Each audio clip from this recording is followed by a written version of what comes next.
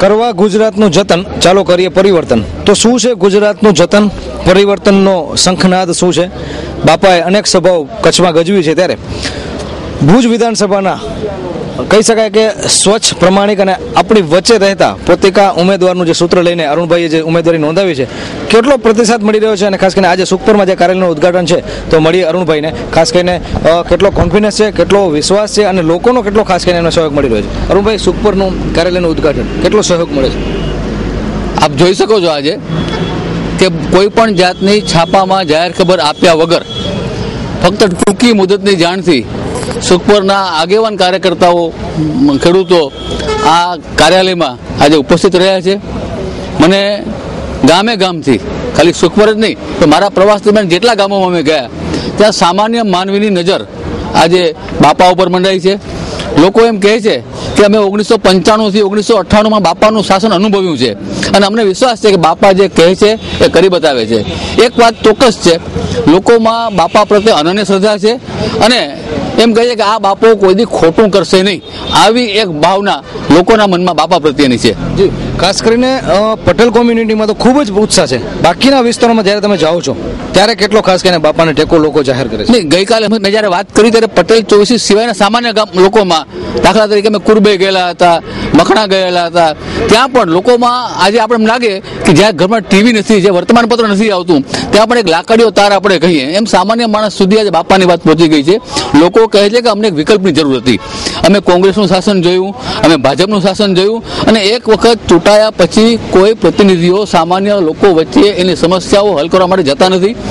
આજે કચ્છની અંદર વાત કરીએ તો અમને સૂત્રો આપ્યા માણસોએ સામેથી કે ભાજપ એટલે શું, તો કે ભગાડો જમીન પચાવનારાઓ, કે જે લોકોએ સરકારી જમીન પચાવી છે, ગૌચરની જમીનો પચાવી છે અને ફક્ત પોતાના ઘર ભર્યા છે. નિમાબેનને અહીંથી મૂકવામાં આવે છે તો ખાસ કરીને લઘુમતી સમાજ સહિત દરેક લોકોએ વિરોધ કર્યો છે. તો લોકોને પ્રશ્નને વાચા મળશે કેવી રીતે? ગાંધીધામ જવાનું કે ગાંધીનગર જવાનું? જો આમાં મુખ્યમંત્રીએ બહુ સિફતતાપૂર્વક એક ચાલ રમી છે. એણે ભુજમાં રહેતા તારાચંદભાઈને મુન્દ્રામાં મૂક્યા, મુન્દ્રામાં રહેતા રમેશ મહેશ્વરીને ગાંધીધામમાં મૂક્યા, ગાંધીધામમાં રહેતા નિમાબેનને ભુજમાં મૂક્યા, ભુજના ધારાસભ્ય વાસણભાઈને અંજારમાં મૂક્યા. જ્યારે ચહેરા બદલાઈ જાય ત્યારે પ્રજા પ્રશ્ન કરે ત્યારે એ માણસ એમ કહેવાનું છે કે ગયા વખતે હું નહોતો, હું તો તમારા માટે નવી છું. આ એક કુશળતાપૂર્વકની ચાલ છે. મુખ્યમંત્રીએ પોતાના ભાષણમાં આપણને એક સંદેશો આપ્યો કે તમારા મતથી ધારાસભ્ય નથી ચૂંટવાનો, તમારે સરકાર ચૂંટવાની છે. એનો મતલબ એમ છે કે તમારા ઉમેદવારને તમે નથી જોતા. એને આંગળી બતાવી હતી કે તમારા આ ઉમેદવારને તમે જોવાની જરૂર નથી, તમે મને જોજો. લોકોને હવે નક્કર વિકાસ જોઈએ છે. આજે તમે ગામડાઓમાં જાય છીએ, અમે ગામડાઓમાં સાહેબ લાઇટ પણ નથી હોતી, આજે પીવાનું પાણી નથી હોતું, ગ્રામ્ય વિસ્તારમાં દવાખાનાની સુવિધા નથી હોતી. નક્કર જે વિકાસ છે એ શું છે ને ભાજપનો જે વિકાસની જે ગીત છે એ શું છે? બે વચ્ચે શું ફરક લાગે? નક્કર વિકાસ એટલે સામાન્ય માણસના ઘરની અંદર પીવાનું શુદ્ધ પાણી મળતું હોવું જોઈએ, એને ત્યાં સ્વચ્છતા હોવી જોઈએ, એને આરોગ્યની સુવિધાઓ પૂરતા પ્રમાણમાં મળવી જોઈએ, એના બાળકોને ભણવા માટેની આધુનિક સગવડતાઓ મળવી જોઈએ. આ નગર વિકાસ છે. તમે કોઈ ટાટા કે નાના બે કારખાના નખાવો અને સામાન્ય માણસના ઘરમાં ખાવાનું અન્ન પણ ન હોય, એને નગર વિકાસ કેમ કહી શકાય આપણાથી? ગુજરાત સરકાર વાત કરતી હોય, નરેન્દ્ર મોદી કહે છે કે સમગ્ર જે બહેનો છે ગુજરાતની મારી બહેનો છે, તમે નિશ્ચિંત રહેજો, પરંતુ મહિલાઓ કેટલી સુરક્ષિત છે એ પ્રશ્ન અત્યારે કચ્છમાં પણ ઉદ્ભવી રહ્યો છે. આપણે મહાનગરોની વાત કરીએ તો મહિલાઓની છેડતી અને બીજા જે પ્રશ્નો થતા હોય છે, પરંતુ કચ્છમાં જ્યારે પોલીસ સ્ટેશનમાં જે બળાત્કારનો મુદ્દો બનતો એ ખૂબ જ ગંભીર છે. ત્યારે આ પ્રશ્ન જ્યારે એબીપી ન્યૂઝવાળાએ નિમાબેન આચાર્યને પૂછ્યો ત્યારે નિમાબેન એમ કહ્યું કે આવા બળાત્કારો તો થતા રહે.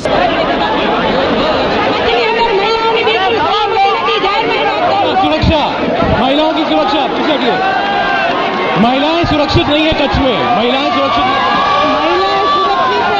केंद्र सरकार ने ही महिलाओं को अवार्ड दिए गुजरात के विकास के लिए. क्यों बोल रही महिलाएं सुरक्षित नहीं?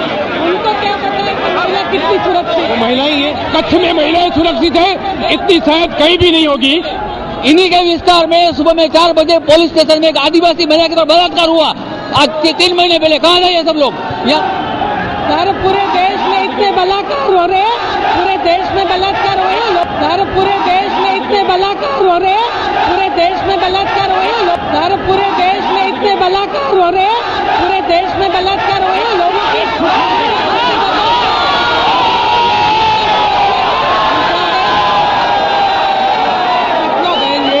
कि यहाँ से उनका उम्मीदवार बदलना क्यों पड़ा? यहाँ से महिला सुरक्षित नहीं है,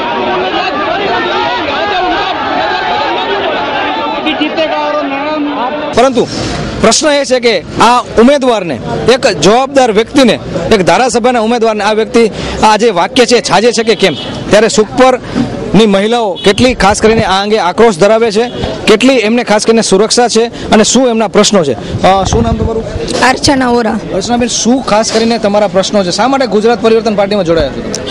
નારી રહી નથી શકતી અને અન્યાય થાય છે, નારી સુરક્ષિત નથી અને અંજારમાં જે કેસ થઈ ગયું ને એના રીતે હું જોડાઈ ગઈ છું. જે પોલીસ વાળા થઈને સુરક્ષિત નથી દેતા એટલે હું જોડાઈ ગઈ છું. આમાં ગરીબ જે લોકો છે ને એમના જમવાનું ઉપસ્થિતિ નથી, કાંઈ નથી. આજે અમે ગામડામાં પ્રચાર કરી આવ્યા, આંખોથી જોઈ આવ્યા તો અમને આંખમાંથી આંસુ આવ્યો. આ ભાજપની સત્તા છે તોય કાંઈ નથી, જમવાનું સજાગ નથી. એ બાયડી એવું રહ્યું છે, પાણી નથી, અમારા ગામડે પાણીનો પોસ નથી, કાંઈ નથી. અમે આજે કેટલા ગામે પ્રચાર કરી આવ્યા તો જોઈએ તો આપણને એમ થાય કે આંખમાંથી આંસુ આવે. આ ભાજપની સત્તા છે.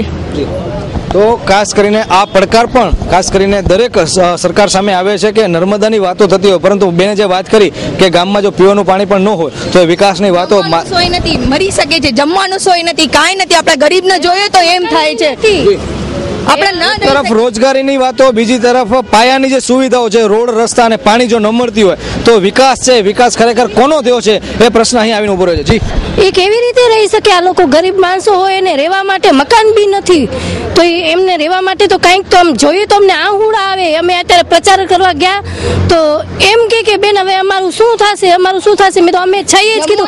જનતા પાણીની સોય નથી, જમવાનું તો મૂકી દો, પાણીની સોય નથી. અમે કે કુવામાંથી કાઢી એટલો થાકી જાય છે ને, એક પાણીનો ટીપો નથી. અમારા ગામડે એવું હેરાન થાય છે, શું છે શું નથી. તમે વોટ લેવા માંગવા આવો છો પણ આ શું થાય છે? આ શું છે? તમે કોના છો? ભાજપના છો કે કોંગ્રેસના છો? આ નામની પહેલા સવાલ એમ પૂછે છે. જી, આ બહુ ગંભીર વાત છે કે જ્યારે કોઈ વ્યક્તિને પૂછવું પડે કે કયા પક્ષમાંથી આવો છો, અને જે આક્રોશ છે એ આક્રોશ ખરેખર સપાટી ઉપર આવ્યો છે. પરિવર્તન પાર્ટીએ પહેલી જ વાર વિધાનસભામાં ઝંપલાવ્યું છે, ત્યારે જે આ આક્રોશ છે દેખાય છે કે ભાજપ અને કોંગ્રેસ પ્રત્યે બંનેને આ આક્રોશ આ લોકોનો છે. ત્યારે પરિવર્તન પાર્ટીનું જે પરિવર્તન છે એ લોકોને હવે અત્યારે સમજાયું છે અને બંને પક્ષ પ્રત્યે આક્ષેપ છે કે તમે ભાજપમાંથી આવે છે કે કોંગ્રેસમાંથી, અને જો ખરેખર તમે બે પક્ષમાંથી આવ્યો તો તમે પણ અમારા ગામમાંથી જતા રહો, એવા પણ બનાવો ખાસ કરીને અત્યારે પ્રકાશમાં આવી રહ્યા છે.